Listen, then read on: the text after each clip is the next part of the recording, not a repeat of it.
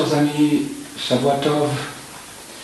Bon, aujourd'hui nous allons étudier un petit morceau qui nous parle d'un problème que chacun de nous rencontre plus ou moins fréquemment dans sa vie et auquel il est important de trouver une solution. Rabbi Nathan nous dit il n'existe pas un sujet sur lequel l'homme puisse se tromper au point de transformer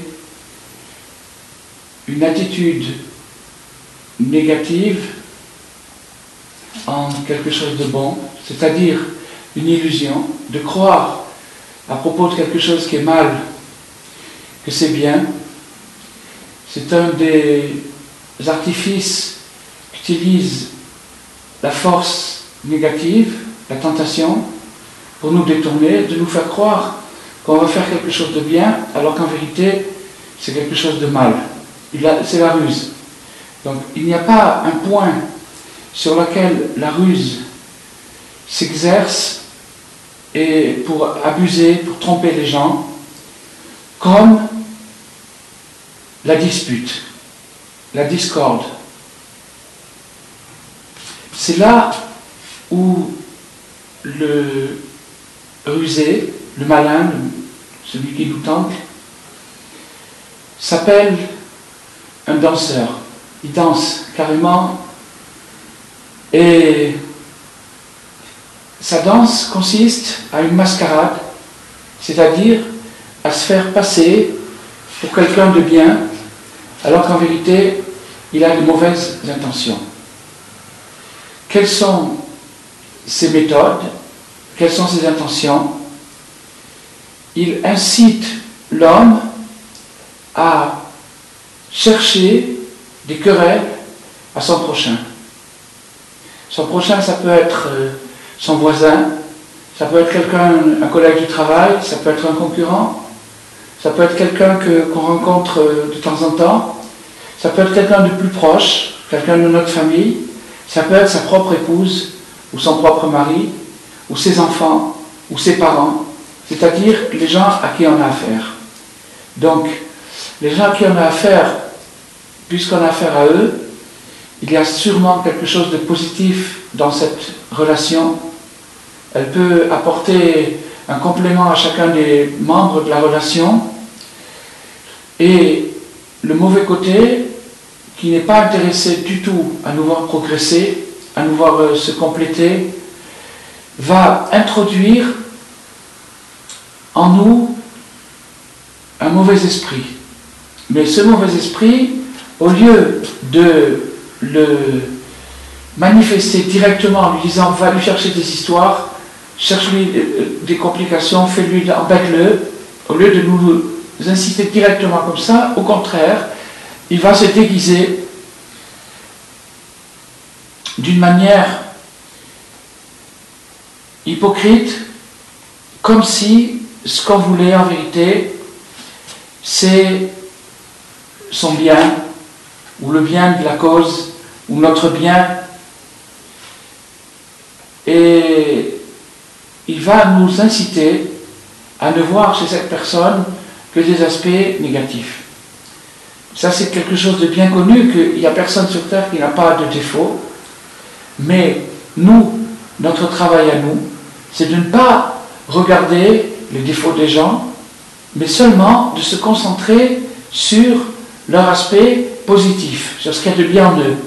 De les juger du bon côté, c'est une obligation. D'après la Torah, c'est un devoir de juger les gens favorablement, c'est-à-dire que dans un cas où il y a un doute, ou dans un cas où c'est un doute un peu, disons, c'est presque sûr, mais quand même il reste encore un petit doute, on a toujours l'obligation, d'après la Torah, de rétablir les choses dans le bon sens, c'est-à-dire de laisser à la personne son bénéfice du doute et de ne pas lui chercher d'histoire sur un doute. Alors, même si c'est pas un doute, c'est une certitude, on a vu quelqu'un qui a fait quelque chose de mauvais, La Torah nous a dit, tu dois le réprimander, tu dois lui faire la remarque. Si tu vois quelqu'un qui fait quelque chose de faux, de mauvais, tu dois aller lui dire, tu sais, c'est pas comme ça qu'il faut se comporter, mais il est interdit, pour faire cette remarque, de lui faire honte. C'est pour ça que la Torah nous dit, tu réprimanderas ton prochain, mais tu ne porteras pas à cause de lui une faute. Quelle est cette faute? La faute de lui faire honte. C'est pas parce qu'il y a un devoir de le réprimander que ça m'autorise à lui faire honte, à lui parler sans délicatesse, sans tact, et à lui faire du mal, à le blesser. Alors, c'est pour ça que la Gemara nous dit, je me demande s'il existe de nos jours quelqu'un qui est capable de faire une réprimande, un reproche à quelqu'un. Et Rashi nous dit, Rashi commente cette Gemara en disant, est-ce qu'il existe quelqu'un capable de faire une remarque à quelqu'un sans le vexer? Est-ce que c'est possible une chose pareille? C'est très très rare. Donc, si c'est très rare, ça veut dire que ce commandement de faire des réprimandes et des remarques, il est très difficile à accomplir. Il y a aussi encore des dizaines et même des centaines de commandements qui sont difficiles et même impossibles à accomplir. Par exemple, les commandements qui sont attenants au temple, on ne peut pas les accomplir, donc on en est dispensé. Les commandements qu'on ne peut pas accomplir, si quelqu'un par exemple se trouve dans une situation où il n'a pas de mezouza, où il n'a pas de tefillin, où il n'a pas de bougie pour Shabbat, ben, s'il ne peut pas, il ne peut pas. Il est dispensé parce qu'il est dans une situation où il ne peut pas. Maintenant, si quelqu'un se trouve face à une autre personne qui ne se conduit pas d'une manière correcte et qu'il a donc à ce moment-là, théoriquement, le devoir de lui faire une remarque. Mais s'il peut pas, s'il sait qu'il va s'énerver, en lui faisant la remarque, il va se chauffer, il va s'énerver, alors, du coup, il est dispensé, ou il doit se calmer, ou il doit trouver un moyen de le dire gentiment, et s'il n'est pas capable de le dire gentiment, d'après la loi, d'après la halakha, il est dispensé, il n'a pas à faire de remarques. S'il n'est pas capable de les faire gentiment, ça veut dire d'une manière qu'il ne va pas vexer, parce qu'il peut le faire aussi très poliment, et avec beaucoup d'élégance, et obséquieux, mais au fond de lui-même, il y a un poison, une méchanceté qui transparaît et qui vexe encore plus profondément l'interlocuteur. Donc il faut que ça soit sincère, il faut que ça soit vrai. Si tu veux faire des remarques aux autres, fais-les gentiment. Gentiment, avec douceur, avec affection, et surtout en faisant passer un message positif, d'espoir. Message d'espoir, ça veut dire, je compte sur toi, je sais que tu peux t'améliorer. Je sais que tu peux te renouveler, je sais que tu peux faire bien. J'en suis persuadé, c'est pour ça que je me permets de te faire cette remarque, parce que je suis sûr et certain que tu peux faire bien et que c'est par erreur que tu as fait ça. Mais ça, c'est pas une comédie. On ne peut pas faire semblant de cette chose-là, parce que si on fait semblant, encore une fois, c'est une grande hypocrisie et ça n'aide à rien. La personne va être vexée au fond d'elle-même. Elle dit, en plus, il se moque de moi. Ça ne marche pas. Pour que ça marche vraiment, il faut que ça soit sincère. Et pour que ça soit sincère, il faut vraiment y croire. C'est-à-dire croire en l'homme, croire en la personne. Croire qu'elle peut évoluer, qu'elle peut changer et qu'elle n'est pas condamnée à rester toute sa vie dans cette situation. Alors maintenant, il y a quelque chose d'extraordinaire. Dans un autre endroit, Rabbi Nathan nous dit, de la même façon que nous avons un devoir de réprimander autrui, mais de ne le faire que dans le cas où on peut le faire délicatement, avec amour, avec gentillesse, avec espoir, c'est-à-dire en comptant sur la personne, en étant certain qu'elle peut évoluer et peut s'améliorer. De la même façon, il est connu que chacun de nous s'adresse des reproches à lui-même. Constamment, il vit 24 heures sur 24 avec lui-même et il s'adresse des reproches. Il n'est pas content de son comportement, il n'est pas content de sa façon de penser, de sa façon d'agir, etc., qui peuvent aller jusqu'à d'énormes complexes de culpabilité. Il se sent coupable, il se sent accablé par lui-même. Alors, ici, il y a vraiment quelque chose de révolutionnaire que Rabbi Nathan a innové au nom de Rabbi Nachman, c'est que même quand tu te fais des reproches à toi-même, fais-les gentiment. Ne te maltraite pas, ne te fais pas du mal à toi-même. Ne cherche pas à t'angoisser Ne cherche pas à t'oppresser, ne cherche pas à chercher à t'accabler. C'est pas ça du tout le but, parce que avec ça, qu'est-ce que tu vas obtenir? L'effet contraire. D'abord, un découragement, une envie de se révolter, de tout plaquer, de tout lâcher, de se dire j'en ai marre, j'y arrive pas, c'est trop dur pour moi, etc., etc. Pourquoi? Parce que la remarque a été trop cinglante, elle a été trop dure, elle a été trop méchante. Alors, Rabbi Nathan nous dit, quand tu vas te faire des remarques, fais-les gentiment. Qu'est-ce que ça veut dire gentiment? Ça veut dire d'une manière positive, d'une manière d'espérance. C'est-à-dire, je sais que tu peux faire mieux, je te connais, tu caches ton jeu, tu es beaucoup mieux que ce que tu en as l'air.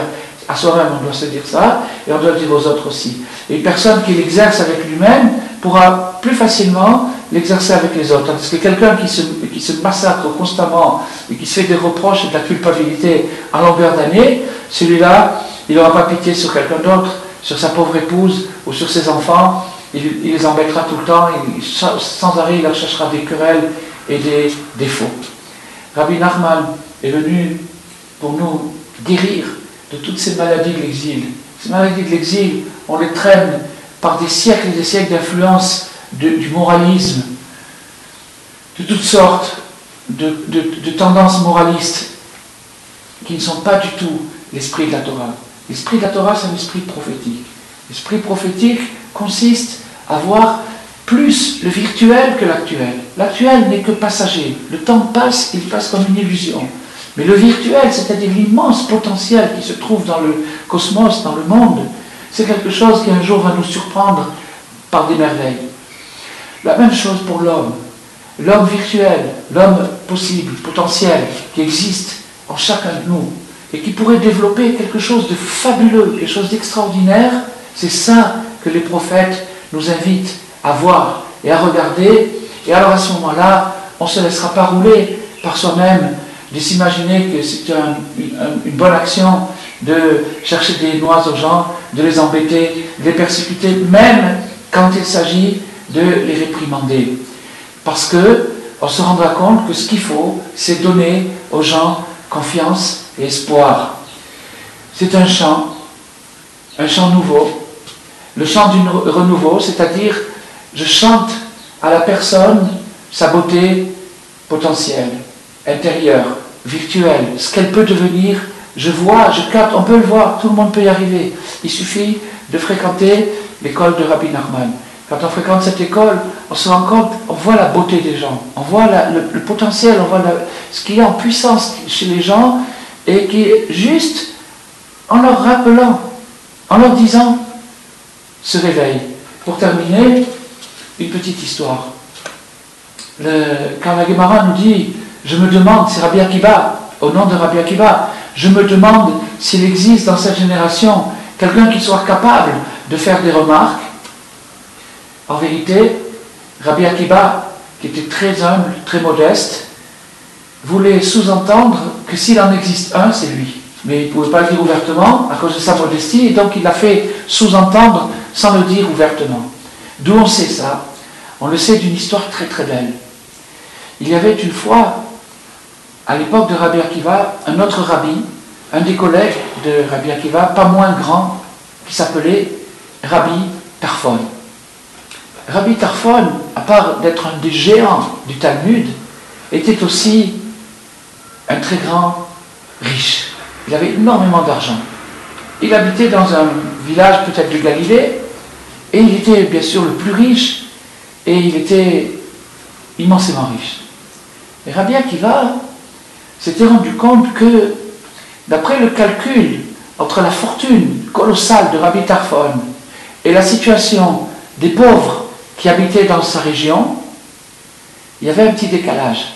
Ça veut dire quoi? En termes plus simples, ça veut dire que Rabbi Tarfon ne distribuait pas suffisamment de dons aux pauvres. Il ne donnait pas suffisamment de sa fortune, c'est une obligation de justice de répartir les biens et donc de donner une partie de sa fortune à ceux qui sont défavorisés. Donc Rabbi Akiva, qui faisait des calculs, s'est rendu compte que Rabbi Tarfon ne donnait pas suffisamment. Mais comment on peut faire pour approcher Rabbi Tarfon? Comment on peut faire pour aller lui dire, Rabbi Tarfon, tu ne donnes pas assez de tzedaka, tu ne donnes pas assez d'argent aux pauvres. Alors, Rabbi Akiva a imaginé un subterfuge.